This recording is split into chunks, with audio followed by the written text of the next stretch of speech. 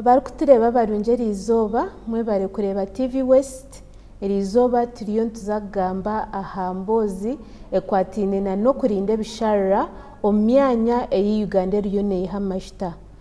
Egi project eri headed by Total Energies hamwe na Sinok Uganda hamwe na UNOC Uganda National Oil Company. Erizooba twine omugyenyi witu omu studio arikuza kututebeza enjeri ibariyo nibagezaho kurinda ebisharara n'okurinda egi emyanya yoona eyetoreire aha ehi project eri kugyenda omu maisho. Egyo project neetambura omu Northern Uganda okuruga Murchison Falls n'okwetoroora Bunyoro region aho hoona niho hariho project ezo eziriyo niziza kurugamu amajuta. So erizooba twine Mr. Nebat Kasozi nitwe hanuya naruga omu Total Uganda naza kuba natugambira enjeri yi Total eriyo neegezamu kurinda eby'ebisharara eriyo neekora ki hamwe n'abantu abakutuura omu myanya egyo aha amajuta gakuruga nibabateeka bata omu projects ezi okureeba nti n'aba bantu abari kutuura omu egyo emyanya nabo nibagezaho kurinda eby'ebisharara n'okurinda ogwo mwanya oguri mu project egi. Mr. Nobat twakwakira. Ego. Webare kwija erizooba. Ego. Otweyanjurire otugambire n'ekitukuza kuganiraho erizooba. Ego. Webale muno omuteekanizi wa program enu. Amabara nibanyeta Nebat Atuhura Kasozi ninkora n'ekitongole kya Total Energies EP Uganda kandi ninyowe aroleera ebibira n'ebisaaru mu project enu. Mulingo omuteekanizi abalina abaza tukora mu kichweka hali twine ebyobuhangwa bwingi. Mwali tukolera twine ebyobuhangwa nk'ebibira twinamu ebisaaru kyonka twinamu n'ebiikaro hali nnyamaiswa ziikara nka Murchison Falls National Park. Baiki yalo tuize kubaza ha bisaaru habwokuba hali tukora twinamu ebisaaru ebyamaani ebiri recognized mu nsi yonna nka Murchison Falls Aba Delta Ramsar site. Tumanye ngu Ramsar site kiba kiikaro kyamaani muno kandi ensi yonna esaba ngu tukirinde kyonka twinamu n'obusaaru obundi obutaito hala abantu baikara. Itwe nka Total ebisaaru biri byamaani muno mu mirimu yaitu akatumanyire abantu ababulikiro nka inywoko ebisaaru mubikozesa kwihamu amaizi abandi mulimamu nk'obunyanya bwanyu nka kabeji zanyu kandi abandi mwihamu n'emibazi mu bisaaru mukolesa nka muka. So kiri important muno nka itwe Total korangwe ebisaaru bino tubirinzire atali gamba ngu tukusa kubireka bihwerere kyonka tugyakora nainywe runtu tukora n'abantu korangwe ebisaaru ebibaye batemere tubigaruireho kandi ebindi tubirinde. So tukora hamu komutekaniza korangwe ebisaaru mu kichoka kino ekya Bunyoro muno Buliisa Hoima neifo Kikube korangwe ebisaaru tubirinzire. Okay. Webare mnonga hati eki tiyo ntugamba erizooba egi ogwo mwanya gu project twaza kureba specifically omutilenga project eby'ebisharara ebiri omu mwanya ogwo hati twantwenda Mr. Nebat otugambire aha bwenki ebisharara n'ebyomugasho mnonga aha abantu abakutuura omu egyo emyanya kandi na project nabwenki eki kiine omugasho kureba ngu Total Energies yarigayo kwenda kumanyisa abantu enjeri tukubasa kurinda ebisharara kandi n'okubigarura busya. Ekyo kubanza nka Total Energies tuka signing enteekaniza ezo kubanza za government ya Uganda kurangu tulinzire ebisaaru kyonka twina n'enteekaniza ezindi ez'ensi yonna ezo kurangu ebitukora tibikutalibandiza bisaaru. So tukora na ebitongole bingi ebyaheru mu Uganda abakugu baheru abakugu ba Uganda kuranga ebisaaru tubirinzire kyonka n'ekindi abantu abakwikara haine ebisaaru tumaye ngu ebisaaru babikozesa buli kiro abantu bayihama amaizi abandi bayihama emibazi abandi balisizamu ente zaabwe zirenda amaizi kyonka n'ekindi abandi balimamu kyonka naitwe nka Total Energies wakwatumanya hali tukora munu twina ebisaaru ebyamaani by'omugaso mu Uganda kyonka na mu nsi yonna. Mpe example nke ya Murchison Falls Aba Delta Ramsar site. Ramsar site enu etaha route y'ebinyonyi ebiruga South Africa nibigenda Bulaaya.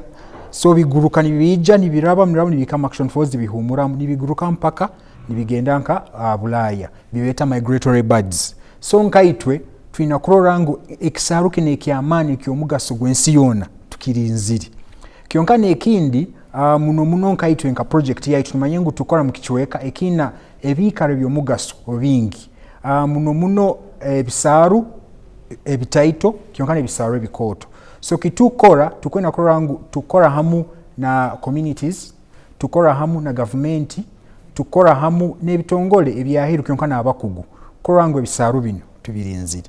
Okay. Webare mnonga aha kutugambire nje muri mugezaho kurinda ebisharra hati otugambire ebyo muri mukora kureba ngo ebyo bisharra twabirinda kandi twabigarura busya.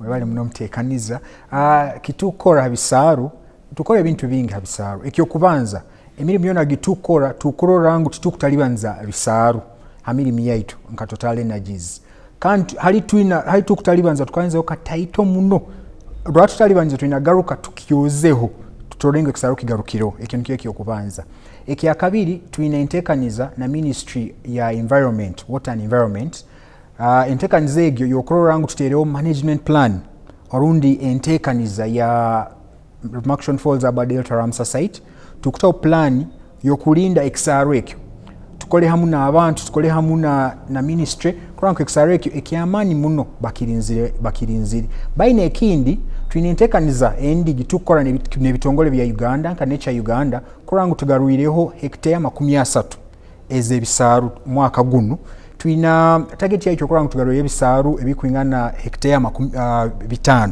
by mwaka guno tukora 30 yonka kandi tukangirawo tweyongereho twagenda twatera zi map ezebisaaru ebiri mu kichweke ekyo twetegereize ebisaaru biri mu statistic biri bita ati tugyakora na community kurango ebisaaru tubikyoizeho baitu tukangirawo tukora na kitukweto mjunki ayeta survey tukozere survey kwetegereza kiki ekiri mu bisaaru bino binyonyi ebiri mu bisoro ebiri mu amaizi gali gata quality ya amaizi eleta tukusa tukora tutana community kuranga amaizi ganu gagarukireho ekyo nakyo tukikozere baitu tukora na regular monitoring every 3 months kuranga amaizi tugameasuringa nitukora mu na ministry kuranga amaizi ganu tugagaruireho munigo gaina kuba nitukora na community.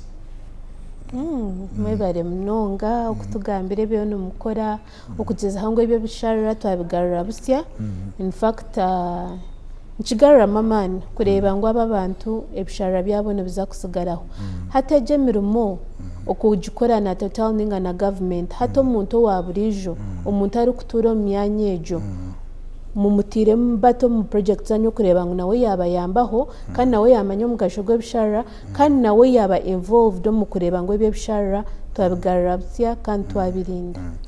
Webale muno mutekanize kyo kubanza habisaaru kiba kirungi muno omuntu kumanya kiki ekisaaru kikumuyamba so tukora okusomesa okwamani kitukweta awareness raising tusomesa abantu mu bichweka bino nitubegesa ebisaaru bakwihamuki ebisaaru akibaina kubirinda kyonka titukangirawo group zine za abantu tukuzorganizing mu butebe ondo bwokweta nka committee wetland committees zino tujja kuba nitukora nazo kurorango bisaaru bino tubirinzire emirimu gibagi yakora ekuruga mu kulinda ekisaaru kyonka no kurorango entahya yabo nayo tugiyambire titukangira ha linde ekisaaru baya ainagaruka muka atara akorata so tujja kurangu tugena maiso no kubayamba hantekanza yabo kyo kweta livelihood muno ha abantu abali mu kichweka kino so tukweyongerayo nitukora na districts muno ya Bulisa ya Hoima kyongana ya Kikube kurangu ebisaaru bino babirinzire ha level za zona kuruga level ya district kwika sub county kwika parish baina habyaro so tukolesa government structure egyo yona kurangu abantu abali mu bichweke ebyo tukora nabo kulinda ebisaaru bibakwikara hayi nabyo. Okay. Ari kureba TV West terizo batrion twega ahabishara engeri tukubasa kurinda mwe bisharira kana no kubigarura busya omwezo district ezi Uganda mune hama amashita gakuza kuyamba agency omuringo ogwentekateka yo kurakurana kandi okurakurana okuragumeho mbwenu ekitukweto mu rujungu sustainable development erizo batuno mujenyu witanu yanargo mu Total Energies ariyo natushoborera ejemero mojonji genda gitomisho ebishara bariyo babirinda bata bariyo bakora mirimo ki okubigarura busya mbwenu hatiya yariyo natushoborera engeri y'abantu bakutura mu egyo myanya ebakubayambamu kureberera eby'ebisharara konka hati twatwenda kubuuza omujeni witu Mr. Nabat otugambire aha bwenki abokuba hatiyo watugambira ngu Total Energies eine MOU kureba ngu barinde eby'ebisharara so omuntu tukagize nti hatiya egyo ni responsibility ya Total Energies konka aha bwenki Total negenda afa and beyond kureba ngu n'omuntu wa burijo yamuteekamu kureba ngu omuntu nawe ayebembere egyo nteekateeka yo kurinda ebisharara n'okubigarura busya tumanye oba nolinda ebisaaru ekibira gonza eri nyanja oinakora n'omuntu wa hansi tosa kwija okaleta enteekaniza yawe okagikora akwa wora agenda kandi enteekaniza yawe ejagaruka enyuma so nka Total tumanyire ngu okulinda ebisaaru kulinda ebibira kiba kirungo okole n'omuntu wa hansi so nikyo tukutahizamu omuntu wa hansi abakuba noba n'abantu abakwikara haihi n'ebisaaru bino tukwenda tukole nabo akwa tumanyire maisoko raba mafuta tumaze gaiha tugenzere kandi oba handi ko project ehoire bana abantu bajja kusigala ni balinda ebisaaru ebyo so kiri important muno kyonkana ekindi mulingo mbage nimbagamba twine enteekaniza na government ya Uganda kyonkana ebitongole ebyensi yona kurango omuntu wa hansi tukozere nawe mukichweka ali tukwiha mafuta so ekyo nakyo tukwena kurango abantu tubateiremu ekyo kubanza kwa tumaye bantu bakutuyamba muno kulinda ebisaaru kyonke kya kabiri na agreement egyo between na government kyonkana ensi yona kurango omuntu wa hansi okozere nawe kandi tokumumigiriza kulinda bulinde ebisaaru kuba kwenda bilinde okay we bari mnonga hati nobasa kutugambira omweje mirimo yimwakozireho hino obuhanguzo obumwashikireho bumukurebaho ngo actually ekyo kityo ntukora kyo nkireta amagoba kyo nkireta mbwene bisharira kwangu byagarukaho ninga twabigarura busya ego ekyo kubanza tukora na mulingo mbagambe na Ministry of Water and Environment ekyo kubanza Action Falls abadelte gimbalize hoga exarekyo ekya omugaso munsi yona tukora kurangu kigarukiro saa zinu tukozere abajumujunki aleta baby steps zitukusa kurora wangu exaru kigarukiro kandi kikutusemeza baitu tukangiriraho tusainingire na agreements na community eziri haine exaru kin kurangu nakyo bakirinzire baine ekindi tutungire ebitongole ebina magezi habisarunka necha Uganda bitulesere kora nabyo kurangu bikora hamu na abantu abahansi kulinda binu ebisaaru akwatuma ebisaaru binu bya mugaso gwa mani muno okay ariyo nareba TV West webare kwekomira aha TV ya Westage ntukwebaza mnonga kureba program eji nyowe ndiyo ntine kindiyo ninyega cyango mnonga kandi rent niwe wariyo ko ariyo natureba ni woriyo oyine cyo riyo no yegeze shaha mbwen hati ekina nyenda kubuza Mr. Nabat obakabona oboine kuhereza ababantu abakutura hihi na nebishara abakutura hihi na nebibira ningana nagamizgo nagetorire district ehi Uganda ryo ne hamashita webale muno mtekaniza kinkwena kugamba abantu abakwikara haine ebisaaru nebibira mwina kumanyangu bine byo buhangwa byanyu ego government ekwijja mnegamba akwani yekurolera ebyo buhangwa kyonke ebisaaru bino byanyu amaizi gumukwiha mugiha mu bisaaru hali mugenda kulisiza ente zanyu mu bisaaru hali mukulima ministry anikiriza ebyo kulima bina kutamu biraho so nkubasaba akuba bino byo buhangwa byaitu tibiri bya government ya Uganda yonka baitu iwo muntu ali haihi nikyo buhanga kino kibira nikisaaru nkubasaba murolengu mukirinzire akuba itona tukora empinduka hinduka eyo obwire byone ebiroho mu Uganda yona kyonkana munsi yona ebisaaru bya amani muno kulinda omwikogo ebira bya amani muno nayo kulinda omwika guno muina kumanyangu muina ekyobugaiga so tukole hamu korango ebisaaru mu Uganda tubirinzire bayi muno nabo abantu tukora nabo ababulisa abahoima abakikube turolenga nabo ebisaaru bino tubirinzire okuba bundu bugaiga bwaitu nkaba na Uganda mwebali muno okay wanareba TV West ntwenda kwebaza kureba program eji ukuriga hiyatandikira na hano yitwaza kuhereza mbwenu nko kubatugambira ebyo bisharira nebyo mugasho mnonga kandi n'ebibira nabyo nibyo mugasho munonga nk'oku batugambira hiine ekyo nikigenda mu misho munsi egy'empindukahinduka ey'omujungu arikweta climate change. Nitureeba floods ezitukweta amaizi mbwenu omwijuzo kwija gukashiisha ebintu mbwenu reka turinde eby'ebisharara kandi turinde n'ebibira kandi turinde n'obuhangwa bwona nk'oku Ruhanga yabutuheerize. Wanareeba TV West otagirigaho webare munonga. Hariho egi project ei bakweta Tilenga project n'emwe aha oil rigs eziri omu Uganda ehi bariyo nibeiha amashita. Naza kutugambira egi project n'ebikwatanise nabyo n'okutushoborera ebibira n'ebisharara ebigyetooroire hoona. Mr. Nebat tugambire. Webale muno omuteekaniza.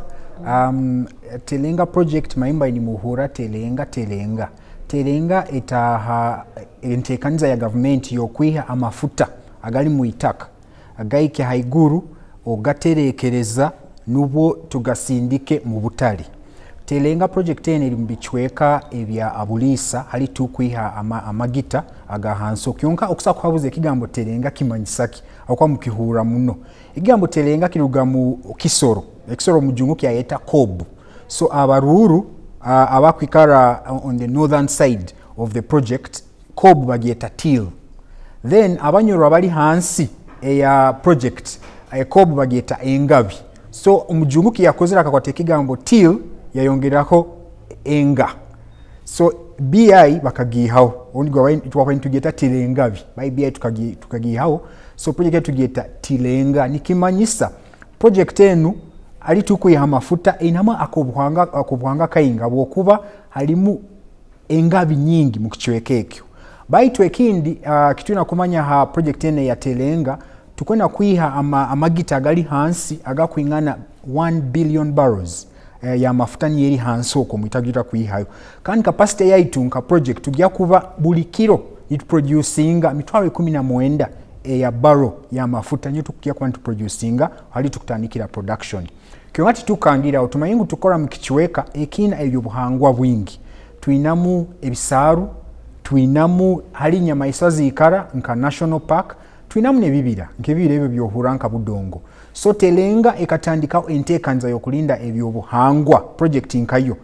Egyo section bageta biodiversity program orundi kulinda obuhangwa bagenda bagichwamu mirundi ena.